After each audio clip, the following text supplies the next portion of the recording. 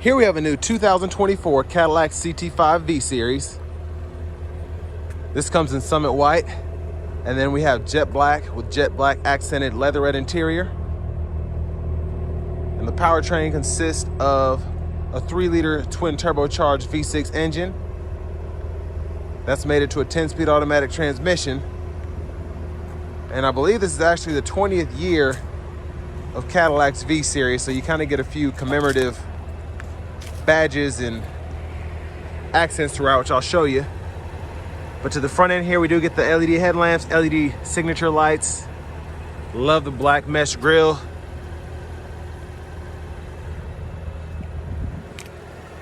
And one of those 20th anniversary stickers are right here.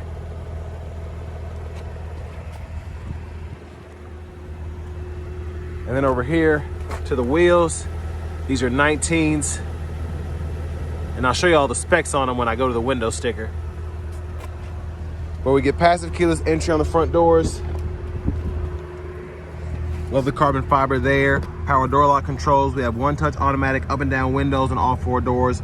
Rear window lock here. Power mirror controls are here. Memory seat functions there. And we can also pop the trunk from up here.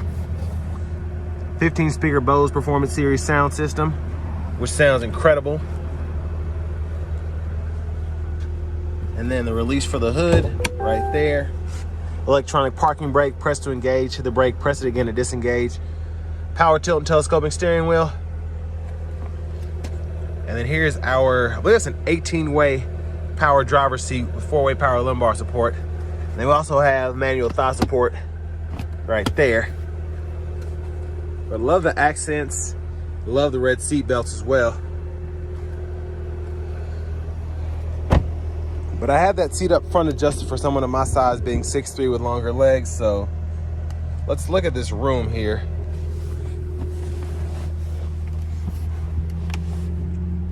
So legroom, not bad. I do have the seat. I feel like I'm not used to having this much room in this car, but just how much space I have between the seat and the steering wheel, I could probably have my legs underneath the steering wheel a little bit, just so I can kind of have more of a comfortable seating position. But again, decent legroom for this car. Rear AC vents are here, USB-C port there, and then a 12-volt. And I like that we have nice padded seat back pockets on both sides. And then middle seat folds down, bottle holders here. But actually, I like how they did the red seat belts on either side and the black one in the middle. Grab handles here, LED reading lights, and then you can hang, you might be able to squeeze a plastic hook on there or 2 or 3 metal hanger hooks.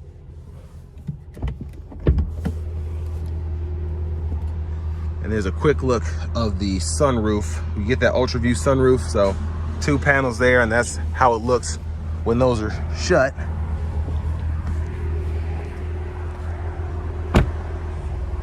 But going around to the back end, we do get the LED tail lamps as well, LED brake lights, reverse lights. There's a quick close-up of the exhaust. But to pop the trunk, just pull here. It's a little button underneath. And pretty good storage size, in my opinion. Hit this, you have battery terminals there. And then you have a nice big side pocket if you don't want stuff to roll around. And then in here, I believe is where you should have your tire inflator kit. You can never tell some of these newer cars if they have the spare tire or not. But pretty much everybody's trying to go to inflator kits. I don't know if it's because it's cheaper or saves space or what.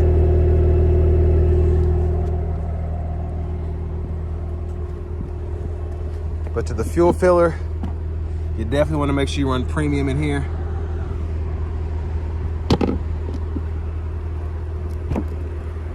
And then to the rear passenger side, I like that we can actually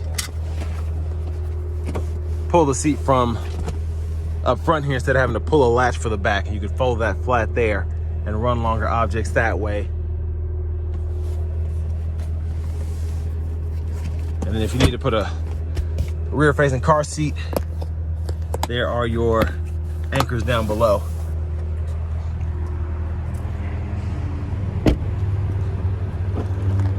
Now to the front passenger seat, I believe we have the same adjustability as the driver's side, having 18 ways there and that manual thigh support. And then a lockable glove compartment here. And then to the window sticker. Y'all can pause anywhere you need to if you wanted to get a closer look, but like that price, and I like the optional here. I like that we have the sunroof, those 19-inch alloy wheels, and that's satin graphite finish. So that's what those are if you just really like those wheels on this car.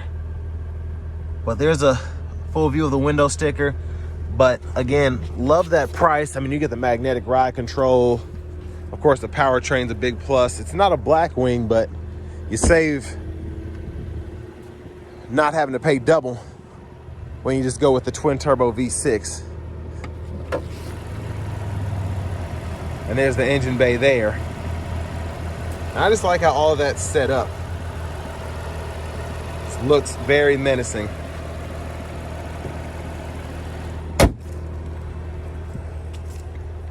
But now let's go ahead and hop in the driver's seat. And before I forget, we do have blind spot monitors here in those side view mirrors. Can't remember if I touched on that or not.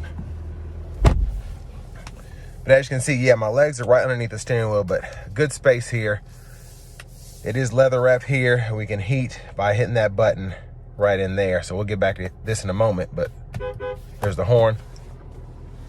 Now to the screen here, I love this screen, especially when the CarPlay is hooked up.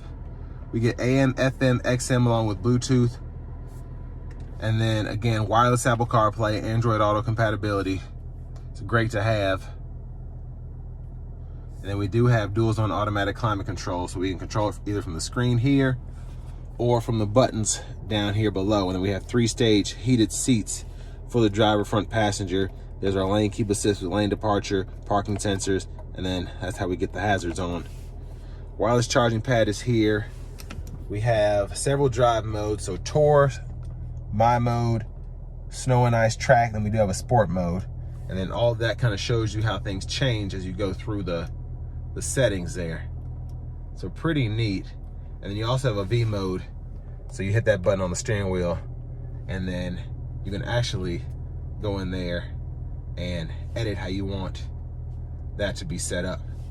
So if you want the suspension a little stiffer in your V mode, if you want the brake feel to be in kind of a track setting, the steering to be in a track setting, but maybe you don't want the engine and shift points to be that high, you can do that. So pretty neat how that works. And then to our settings here, we can add a phone, pretty easy to do, just walks you right through it. And then you can change your language here, all of that there. And then you have apps, and then vehicle settings in here, including buckle to drive, rear seat reminder, etc. And there's the backup camera, guidelines file. You just turn the steering wheel, and then you can turn those guidelines on or off. And then auto stop toggle here, traction control toggle, automatic brake hold. And then to shift the 10 speed, grab the lever, pull down for drive, manual, tap up for neutral, hit the button, pull up for reverse, press P for park. And then we do have a volume knob here. We can go through all of that. We can go through the radio stations, whatever, using these buttons. And then shortcuts. And you can actually use the knob here if you choose, which I've said this before, I like how this is set up. It's pretty easy, it's nice and big, so you kind of know as you're scrolling, oh, okay, that's what I'm on right now. So I like that. Bottle holders are here, you can stow those. Center console cubby space, we have an SD card reader, USB-C, USB-A port there, then a 12 volt. And then we're gonna get that roof back. The universal home remote's here, and then you can slide or tilt the sunroof, and then your reading lights there, OnStar. But that's what it looks like with the sunshade back. And I like that it goes all the way back one touch. And then you can do the same thing to close it. But back to the steering wheel. Blinkers are here. You can toggle your automatic high beams with that button there. Then you have low beams on now, auto, and then you can turn your auto mode on or off by doing that. And then you have rain sense windshield wipers, so one time off, auto, low, high, and you can adjust the auto sensitivity right here, and then just pull up here for the front wiper fluid. We have these nice paddle shifters behind the steering wheel. Cruise control is activated. We do get adaptive cruise on here standard, and then the gap adjust for that, or the radar cruise is there, or the forward collision alert, excuse me, is right there. Mute button here, voice recognition, volume. You can go through your favorites here.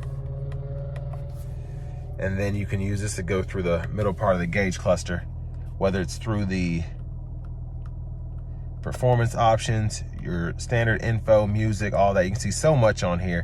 And then when we go to the settings, we can change our units from US to metric, page options, and here you can go ahead and change what's actually shown on the performance meter or performance menu or the vehicle info menu. So if you want to see the oil temperature, but you don't want to see the friction bubble, you can activate that, turn things off, and same with the vehicle info. I don't like having both trips up, or I don't need the air filter life and all of that, because they might tell me at the dealership, but I want to see my fuel economy. You can set that up the way you want. So pretty cool. And then our push button start is right here. And here's the key fob with remote start. And now let's take this CT5-V series out on the road for a quick test drive.